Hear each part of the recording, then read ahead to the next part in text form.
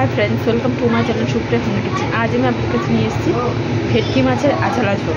তার জন্য দেখুন কড়াইতে একটু বেশি তেল দিলাম।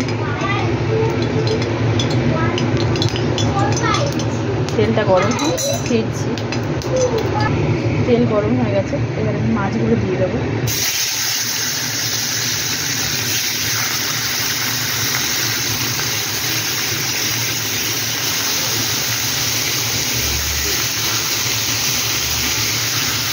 দিয়ে দিলাম, ভেজেছি।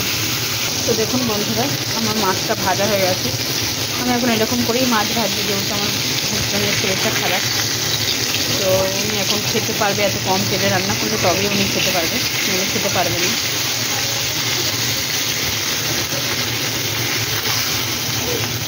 দেখুন বন্ধুরা, মাছটা ভাজা হয়ে গেছে। এই মাছগুলো আমি তুলে নেবো একটা একটা করে।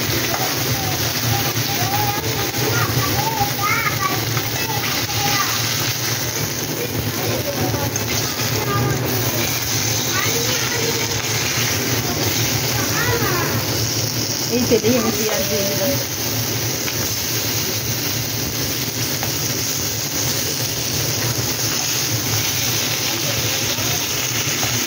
মাছটা তুলতে পারছিলাম বলে ছুরির সাহায্যে তুলে নিই। পেঁয়াজটা ভাজবো বন্ধুরা। হ্যাঁ, ভেজেছি।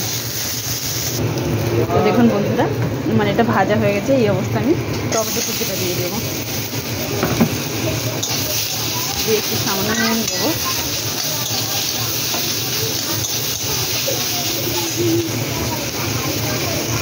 তার আগে আমি একটু জল দিয়ে নিই, যেহেতু তেলটা কম, তো জল দিয়ে দিলাম।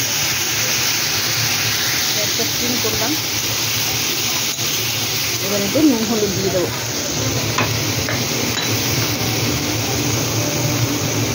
তার মতো নুন দিয়ে দেবো। নুনটা মিক্সড হোক, তারপরে হলুদ দেবো। পরে ফিরছি বন্ধুরা। এবার ঢাকনাটা খুলবো বন্ধুরা।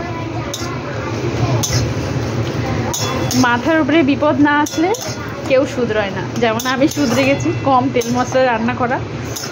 তো যাই হোক, এবার আমি একটু হলুদের গুঁড়ো দিয়ে দেবো। এমন বিপদ আসলো ঠিক শিখে গেলাম কি করে কম তেল মশলায় রান্না করতে হয়। তো যাই হোক, এটা একটু কষাবো, কষিয়ে পরে ফিরছি। এবার একটু গ্যাসটা জোরে দিই।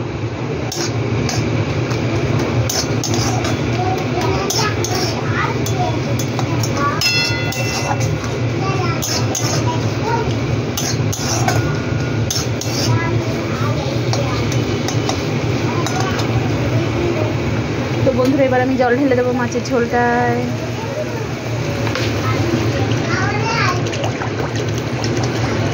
দেখুন, বেশ খানিকটা জল ঢেলে দিলাম।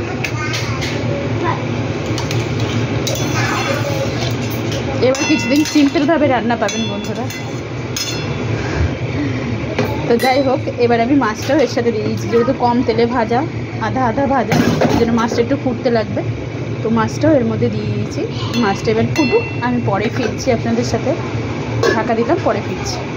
তো বন্ধুরা, এবার আমি ঢাকনাটা খুলি। দেখুন ঝোলটা ফুটে গেছে। সামান্য জিরে গুঁড়ো দিয়ে দিলাম, সামান্য গোলমরিচের গুঁড়ো দিয়ে দিলাম।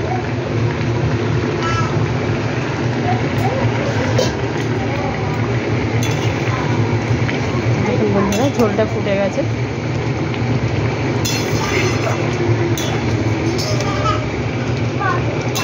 তো আমার রান্নাটা রেডি হয়ে গেছে। তো আপনারা ট্রাই করবেন, ট্রাই করে কমেন্ট করে জানাবেন রেসিপিটা কেমন লেগেছে। ভালো লাগলে লাইক কমেন্ট শেয়ার করবেন, আর আমার চ্যানেলটা সাবস্ক্রাইব করে দেবেন। পারলে এতে ধনেপাতাও দিয়ে দেবেন। তো বাই বাই বন্ধুরা, ভালো থাকবেন, সুস্থ থাকবেন, টাটা।